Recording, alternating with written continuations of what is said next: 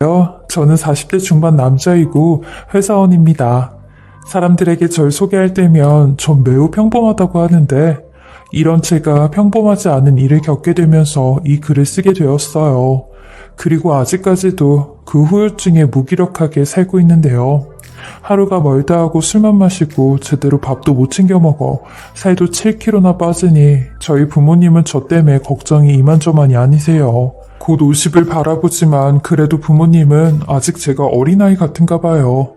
저도 누군가에게 제 속내를 툭 털어놓고 아무 일도 없었다는 듯 지내고 싶지만 이런 이야기를 한다고 한들 누워서 침 뱉는 일밖에 안 돼요. 이렇게나마 제 속 얘기를 하려고 합니다. 평범했던 저는 아주 대단한 여자를 만나면서 인생이 바뀌었는데 그게 제 아내였어요. 아내는 굉장히 똑똑해 대학도 서울에 있는 Y대에 나왔고 취직도 좋은 곳에 했다가 8년 정도 일을 배우고 나와 요식업 창업을 했어요. 아내가 직접 음식을 만드는 게 아니라 경영만 하면서 아내는 요리사와 가게 전체를 관리했고 나중에는 가맹점까지 내면서 회사를 키워나갔는데 지금 그게 벌써 10개나 되는 회사로 성장을 했죠. 아내는 워낙 워커홀릭에 밤낮 없이 일하다 보니 결혼도 못하고 나이가 훌쩍 40이 되었는데 이런 아내를 만난 건 지인의 소개였어요. 저도 음식에 관심이 많아 요리 동호회에 가입을 했다가 그곳에서 만난 지인으로부터 소개를 받았는데 그 지인이 한 번은 아내에게 동호회 사람들 사진을 보여준 적이 있었대요. 근데 아내가 저를 가리키며 저에 대해 관심을 보였고 아내를 동호회 파티 자리에 초대하면서 자연스럽게 거기서 저와의 만남을 갖게 된 거죠. 지인은 아내를 땡땡 회사 대표라고 소개해 주었고 제게 관심이 있어 오늘 이 자리에 온 거라고 했는데 저는 이런 여자가 대체 왜 나한테 관심이 있지 의아했어요. 와, 그 정도로 어마어마한 사업가시고 CEO시면 제가 왜 눈에 들어오세요?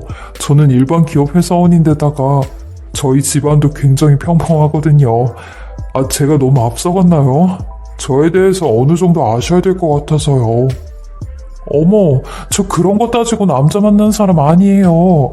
저도 지금 나이가 40살인데 누가 누굴 골라요? 저는 그냥 태욱 씨 첫눈에 보고 반했고 태욱 씨 성격 보고 또 한 번 반해서 제가 먼저 작업 거는 거예요. 그렇게 저희는 첫 만남부터 서로 숨기는 거 없이 솔직하게 돌직구로 이야기를 했고 하하호호 하면서 현실적인 대화를 나눴죠. 저도 아내보다 나이는 3살이나 어렸지만 먹을 만큼 먹은 나이라 내숭 부리고 쉬쉬할 건 없었죠. 사실 아내의 첫인상은 그렇게 제 스타일은 아니었어요. 그 이유가 아내가 성형을 좀 많이 해서 부자연스러워 아내 얼굴 보기가 좀 민망했거든요. 뭐 나중엔 아내 본인도 얼굴에 투자를 많이 했다며 농담처럼 나 너무 인조인간 같지? 라고 했는데 이런 이야기를 웃으면서 하는 모습에 이 사람 참 성격도 쿨하구나 싶었어요. 처음부터 저희는 쿨하게 만나 나중에 연애까지 하게 되었는데 워낙 시원시원한 아내의 성격 덕에 서로 싸우는 것도 없었고 만나면 만날수록 참 매력있는 여자라 생각이 들었어요. 아내는 부모님한테도 효성이 지극했는데 아내의 어머니가 특히나 아내를 무척이나 아끼시더라고요. 남들은 나이 40에 조금은 과한 거 아니냐, 마마걸 아니냐 하겠지만 저는 그 모습이 되려 보기 좋았어요. 가끔은 저와 데이트할 때도 어머니한테 전화가 오면 아내는 농담 반 진담 반으로 엄마, 이래서 내가 이 나이 먹고도 아직까지 시집을 못 가는 거야. 전화 그만 좀 해. 나 지금 태혁 씨랑 데이트 중이란 말이야. 오늘은 전화 금지야. 라곤 하는데 그럴 때마다 제게 머쓱한 웃음을 지으며 미안하다고 하는 그 모습이 저는 마냥 귀엽기만 했어요. 아무래도 저는 제 위아래로 칙칙한 형과 남동생이 있어서 그런지 저한테는 다소 신선한 모습이었죠. 그리고 아내는 저희 아버지랑 어머니한테도 잘했는데 아무래도 부모님 사랑을 많이 받은 사람이니 남들에게도 사랑을 잘 베푸는 것 같아 이런 모습에 결혼을 결심하게 된 것도 한몫했어요. 돈을 저보다 훨씬 많이 버는 사람인데도 사귀면서 단 한 번도 내세우거나 거만을 떨지 않았고 되려 엄청 겸손했는데 이런 완벽해 보이는 아내에게도 떳떳하지 못하는 사연이 하나 있더라고요. 바로 아내의 여동생이었는데 아내에겐 딱 한 명 연년생 여동생이 있어요. 근데 항상 아내가 가족들 얘기를 하면 여동생 얘기가 빠져 있었고, 단 한 번도 여동생 얘기하는 걸 본 적이 없어서 이상하다 생각하긴 했었어요. 저희 사촌 누나와 사촌 여동생만 봐도 서로 사이가 좋아 둘도 없는 사이처럼 지내는데, 아내는 여느 자매들과는 달라 보였거든요. 그래서 한 번은 제가 먼저 아내에게 여동생에 대해 물어봤어요. 근데 자기는 부모님하고는 사이가 엄청 좋아 보이는데 왜 여동생하고는 그렇지 않는 거야? 가만 보면 동생 얘기를 별로 안 하더라. 사는 것도 같이 산다면서. 아, 그치? 나도 언젠간 자기한테 동생 얘기를 한번 하긴 했었어야 했는데, 어차피 우리 이제 결혼할 사이기도 하니까 이제 모든 걸 얘기해줄게. 서로 비밀은 없어야지. 사실 자기도 느낀 것처럼 나랑 동생이랑 별로 안 친해. 어렸을 땐 사이가 엄청 좋았는데 동생이 사춘기 들어서면서부터 변하기 시작하더니 애가 소위 노는 애들이랑 어울리더라고. 그러면서 18살 때 첫 임신을 하게 됐어. 근데 지도 무서웠는지 배를 복대로 칭칭 감으며 그걸 숨기다가 임신한 지 2달 만에 엄마한테 들키게 됐어. 그리고 집이 난리가 났지. 가뜩이나 동생이 나랑 연년생이니까 늘 비교를 많이 당했어. 나는 모범생의 엄마 말 잘 듣는 학생회장이었고 동생은 날라리 중에 상날라리였으니까 말이야. 근데 동생도 그것 때문에 스트레스를 많이 받았는지 16주 땐가 그때 중기유산이 돼서 아이를 잃었어. 그 후론 대학도 안 가고 후지부지 살다가 애가 또 22살에 결혼을 하겠다고 지보다 8살 많은 어떤 남자를 데려왔더라고.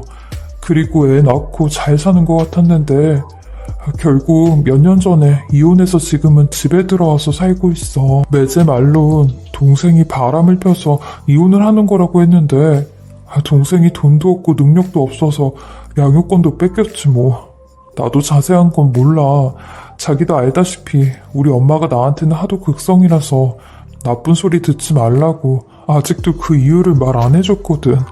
그리고 아버지도 불안한지 수중에 돈도 없고 맨날 빚 때문에 허둥대는 동생 보고 들어와서 같이 살자고 해서 지금은 같이 살긴 하는데 도대체 뭘 하는지 맨날 밤마다 나가서 새벽 6시, 7시면 집에 들어와. 그래서 나는 동생이랑 얘기할 시간도 없지만 걔가 또 나랑 얘기하는 걸 꺼려해. 가족들하고는 완전 입 꾹 닫고 살거든. 그래서 집에선 동생이 좀 말 못할 아픈 손가락이야. 아, 그런 사연이 있었구나. 아유, 미안해. 난 그것도 모르고 내가 너무 오지랖으로 빨리 물어봤구나. 자기한테도 말할 시간이 필요했을 텐데. 아유, 아니야. 미안하긴. 내가 먼저 얘기했었어야 했는데 되려 내가 너무 늦게 말해서 미안해. 암튼 그런 사연 때문에 동생 얘기하기가 어려웠어. 동생 그렇게 사는 게 자랑할 만한 얘기도 아니고 떠벌리고 다닐 얘기도 아니어서 말을 많이 아끼고 있었거든. 밝고 쾌활한 아내에게 이런 고민이 있을 줄은 몰랐어요. 그렇게 전 아내가 가장 숨기고 싶어 했던 동생의 이야기까지 속속들이 다 듣고 난 후로 비록 사계절을 함께 보내진 않았지만 이 사람이다 싶은 생각에 제가 먼저 프로포즈를 했어요.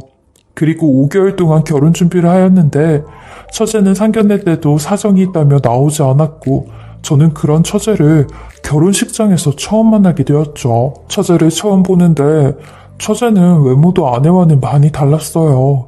누가 봐도 눈길이 가는 그런 외모였는데 나이가 들어도 호감형이었고 소시적엔 남자도 여러 놀리고 다녔을 것 같았죠. 심지어는 결혼식에 온 제 노총각 친구도 저 여자분은 누구냐고 할 정도였거든요. 저는 그런 처제에게 밝게 인사를 하며 한번 뵙고 싶었다고 했어요. 그러니 처제 또한 친절한 미소를 지으며 본인도 꼭 한번 만나고 싶었다고 하더라고요. 그땐 하도 정신이 없어 처제에겐 결혼식 끝나면 밥 한번 먹자고 하였는데 결혼식 후 밥 한번 먹자 했던 처제는 그 뒤로 얼굴 보기가 매우 어려웠고 항상 처갓집에 가면 처제는 안 보였어요. 그래서 처제는 어디 갔냐고 물으면 식구들 또한 모두 얼버무리며 저와 처제와 한자리에 있는 걸 꺼려하는 것 같았죠. 왠지 처갓집 식구들은 처제를 가족의 일원으로 생각하지 않는 것 같았고 그 존재를 좀 부끄러워하는 것 같았어요. 그리고 매 가족 행사 때도 처제는 배제가 되어 저도 그런 분위기에 익숙해졌고 처제는 볼 수 없는 사람이다 생각하며 그 다음부터는 처제에 대해 일절 물어보지 않았어요. 그러다 결혼 후 1년 뒤 처제를 장인어른 장례식장에서 만나게 되었는데 다행히 장인어른의 장례식 때는 참석을 하였죠. 저희 장인어른은 평소 만성 폐 기저질환을 앓고 있으셨는데 그게 악화가 되면서 생각지도 못하게 돌아가시게 되었죠. 아내 말로는 장인어른이 여태 본인의 결혼을 기다려준 것 같다며 자기가 했던 효도 중에 결혼이 제일 큰 효도였다며 저한테도 곁에 있어줘서 고맙다고 하였어요. 그리고 몇 달 뒤 아내의 이런 효심에 장인어른도 감동을 하셨는지 저희 부부에게 선물같이 아이가 찾아왔어요. 아내는 본인의 나이 때문에 임신 걱정을 제일 많이 했었는데 정말 기적처럼 임신이 되었고 장모님도 이 소식에 우리 사이가 대견하다며 최고라고 제 칭찬을 부끄러울 정도로 많이 해주셨어요. 아내는 최고로 훌륭한 딸을 키우겠다며 아주 신이 나 있었어요. 그리고 저희의 간절한 바람대로 딸은 건강하게 태어났죠. 근데 어느 날 새벽 아내의 전화가 막 울려댔는데 장모님의 전화였어요. 장인어른이 돌아가시고 난 뒤 새벽에 장모님이 전화가 오면 아내는 소스라쳐 잠에서 깼는데 집에 또 무슨 일이 생겼는 줄 알고 바로 전화를 받더라고요. 그리고 역시나 아내는 장모님과 통화를 하며 얼굴이 점점 어두워지기 시작했는데 계속 응이라는 대답만 연신하더니 전화를 끊었고 저는 아내가 전화를 끊자마자 무슨 일이냐고 물었어요. 그러니 눈물을 보이며 연주가 또 사고를 쳤어. 엄마가 자고 있을 때 몰래 짐 싸들고 도망을 갔대. 그것도 아버지 보험금이 들어있던 통장까지 가지고 갔다는데 연락도 안 되고 전화기까지 꺼놨대. 엄마가 불안해 죽겠다고 하시네. 얘 어디 가서 또 무슨 사고를 치는 거 아닌가 몰라. 어떡하면 좋아. 저는 그런 아내를 다독이며 저제도 나이가 있는데 그 나이가 밖에 나가 사고칠 나이냐고 너무 걱정하지 말라고 했어요.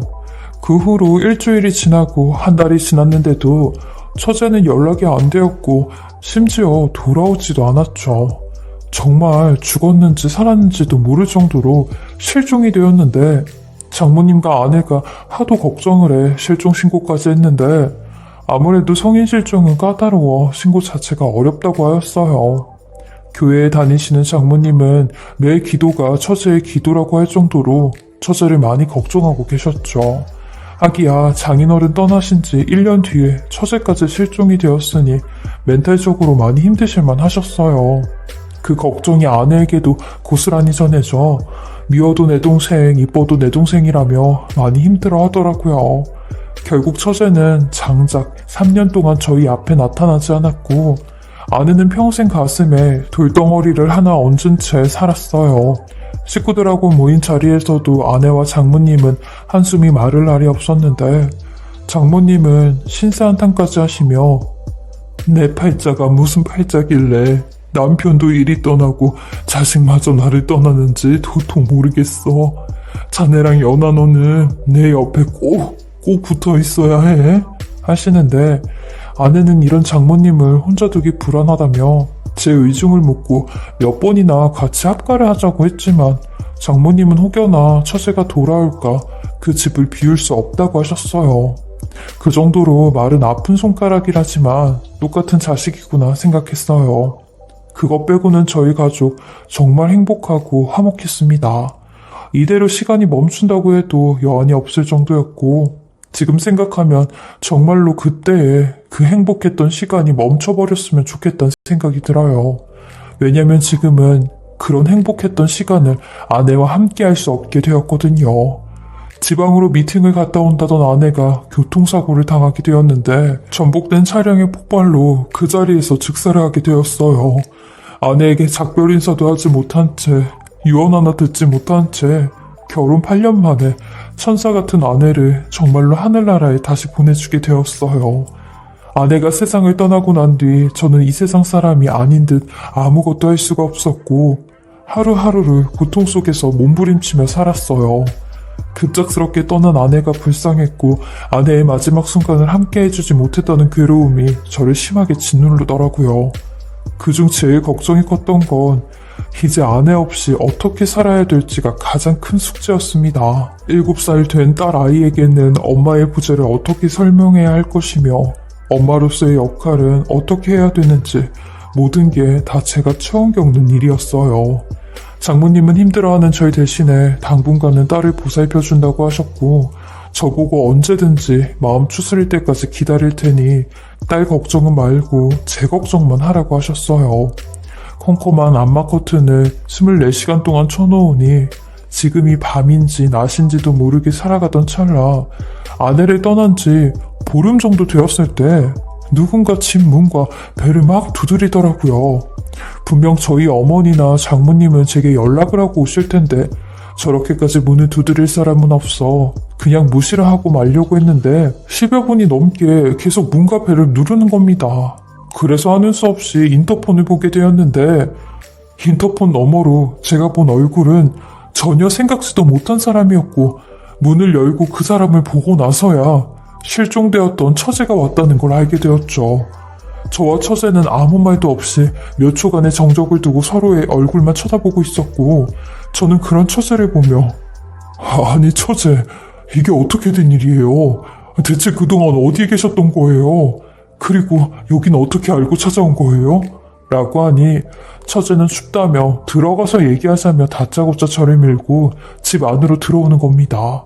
그러더니 제게 저 형부한테 그동안 얘기하고 싶었던 말이 있었는데 여태 참았어요. 저 처음 만나자마자 형부를 보자마자 이 얘기가 너무 하고 싶었는데 이제야 얘기할 수 있게 됐네요. 만약에 언니가 이렇게 떠나지만 않았더라면 저는 아마 더 기다려야 했겠죠? 라는데 아니 처제는 저희 아내의 사망 소식까지 전부 다 알고 있었던 겁니다. 저는 그런 처제에게 대체 알면서도 왜 언니 장례식장에 나타나지 않았고 그동안 왜 연락 한 번을 안 한 거냐며 왜 그런 거냐고 물으니 엄마랑 언니가 형부 앞에 나타나지 말라고 했거든요. 저한테 수억 원 돈까지 주어주면서 멀리 아주 멀리 떠나라고요. 내가 형부를 잡아먹기라도 할 줄 알았나 봐요. 저 실종됐다고 한 거 그거 전부 다 박 여사랑 정연아랑 꾸민 합작품이에요. 우리 순진한 형부만 모르고 다 아는 사실이었는데 대체 왜 이 두 것들이 나한테 돈까지 쥐어주면서 떠나라고 했는지 알아요? 이거 보면 이제 그것들의 실체를 다 알 수 있을 거예요. 라며 갑자기 제 손을 확 끌어당겨 본인의 다리 쪽으로 가지고 가는데 저는 너무 놀라 고함을 치며 지금 뭐 하는 짓이냐고 소리를 쳤어요. 그러니 이거 한번 만져보라고요. 이 물컹한 게 제가 그동안 그 두 것들한테 당했던 증거고 흔적이니까 라는데 역시나 생전의 아내 말처럼 처제는 앞뒤 안 가리고 발칙한 짓을 하며 저를 시험하는 것 같았는데 화가 나더라고요. 저는 그런 처제의 손을 세게 놓으면서 저도 모르게 처제의 다리가 손끝에 살짝 닿았는데 그 말처럼 정말 물컹한 게 느껴지는 겁니다. 그리곤 곧이어 처제가 외투를 벗고 바지를 걷어 제 앞에 다리를 보이는데 당혹스러운 처제의 행동에 저도 모르게 눈길이 갔고 거쳐진 처제의 두 다리를 보곤 너무 섬뜩해 말이 안 나와 경악을 하고 말았어요. 그건 바로 화상 자국이 무슨 물집처럼 크게 잡혀 상처로 남은 모습이었는데 정말 글로 표현할 수 없을 정도로 너무 징그럽고 지금 다시 또 상기해도 끔찍한 모습의 다리였죠. 처제는 제가 본 걸 두 눈으로 확인을 하곤 바지를 내려 제게 이거 봤으니까 이제 그 두 것들의 실체를 다 얘기할게요. 형부가 제 말을 믿지 않을까봐 제가 다 증거 자료까지 가지고 왔으니까 이거 보고 판단은 형부가 하세요. 라는데 처제가 처음 꺼낸 얘기는 장모님과 아내가 본인의 친엄마, 친언니가 아니라는 말이었습니다. 그 말을 듣는데 어쩐지 처제는 장모님과 생긴 것부터 닮은 구석이 없다 생각이 들었어요. 처제 말로는 본인이 친딸, 친동생이 아니다 보니 어렸을 때부터 본인을 무진장 괴롭혔다는데 본인이 망가진 것도 다 새엄마랑 새언니 때문이라고 했어요. 장인어른이 지방으로 일주일에 4번씩 일을 가시면 그 둘은 처제를 집에서 내쫓아버리고 집을 나온 처제는 갈 데가 없어. 가출한 애들하고 어울리고 담배 피고 술을 마시다 그때부터 인생이 망가졌다네요. 그리고 처제가 18살 때 임신된 것도 사실은 너무 좋았대요. 임신해서 그 남자랑 살림이라도 차리면 집을 나올 수 있으니까 마냥 좋았다고 하더라고요. 결국엔 유산을 했지만요. 그래서 일부러 결혼도 그 집에서 그 둘로부터 도망치고 싶어 빨리 한 거래요. 근데 문제는 결혼을 하고부터 저희 아내가 처제의 남편을 탐했다는데 아내가 돈으로 본인 남편을 꼬드겨 갈 때까지 갔고 이혼까지 시켰다고 하는 겁니다. 저는 그 말을 듣고 믿을 수가 없어. 내가 처제 말을 믿을 것 같아요? 나한테 왜 그딴 거짓말을 하는데요? 라고 하니 처제는 이럴 줄 알고 가져온 거라며 저에게 10여 년 전에 아내와 처제 전 남편과 했던 증거자료를 보여주기 시작하는 겁니다. 거기엔 아내가 처제 남편과 외도를 하는 사진이 전부 다 찍혀 있었고 심지어는 둘이 숙박업소 안에서 불륜하는 사진까지 보여주더라고요. 그리고 아내의 목소리가 담긴 녹음까지 들려주는데 저는 그걸 듣고도 아내가 아닌 줄 알았어요. 아내는 저와 살면서 평생 해본 적이 없던 말을 하기 시작하는데 야 이 무식한 년아, 야 이 애미도 없는 년아, 너 네 반반한 낯짝 하나 믿고 네 남편은 나한테 안 뺏길 줄 알았지? 어디서 싸가지 없게 우리 엄마한테 내 욕을 하고 있어? 그래봤자 우리 엄마는 내 편이야 이년아. 그러는 너는 18살 때 임신까지 한 주제에 넌 뭐 깨끗한 줄 알아? 아무리 네 남편이 네 그 더러운 과거 알아도 네 남편은 널 아주 더럽다고 혐오할걸? 그러니까 또 한 번 주둥아리 나불거리면 너 또 다리에 드라이기 바람 한 번 쐴 줄 알아. 네가 머리 컸다고 대들어봤자 너는 우리한테 그냥 벌레만도 못한 애야. 알았어? 또 한 번 까불어봐. 확 그냥 가만히 안 둘 테니까. 아 그리고 네 남편 별거 없더라? 라고 하는데 온몸에 소름이 다 끼쳤습니다. 그러면서 제게 언니 그 여자는 어찌 보면 그저 먹잇감을 염탐하느라 그 나이가 되도록 결혼도 안 한 걸걸요? 언제든지 맘만 먹으면 돈으로 다 남자들을 꼬실 수 있으니까 걔는 그게 취미고 그게 재미였겠죠. 그 정도 쓰레기 같은 여자가 형부 아내였다고요. 그리고 내 다리 이렇게 해놓은 것도 아까 들었죠? 나 어렸을 때 드라이기 그 바람으로 이렇게 해놓은 거예요. 말 안 들어서 벌 준다면서요. 그래놓고 제대로 치료도 못 받아서 이렇게 아주 징그럽게 상처로 남은 거고요. 이거 우리 아빠도 몰라요. 그 두 것들이 아빠를 얼마나 잘 구워 삶았는지 어렸을 때 아빠가 저한테 그러더라고요. 아줌마 말 잘 들어야 아빠랑 저랑 행복한 거라고요. 그래서 아빠한테 얘기하는 것도 애초부터 포기했어요. 이딴 증거 들이밀면서 얘기해봤자 아빠는 그냥 반감만 했거든요. 그리고 형부가 나타났죠. 형부 나타나면서 그 세 사람은 저를 악착같이 형부로부터 떼어놓은 거예요. 제가 이런 소리 할까봐요. 그리고 아빠 돌아가시면서 저한테 10억 지어주더라고요. 이거 들고 어디라도 사라지라고.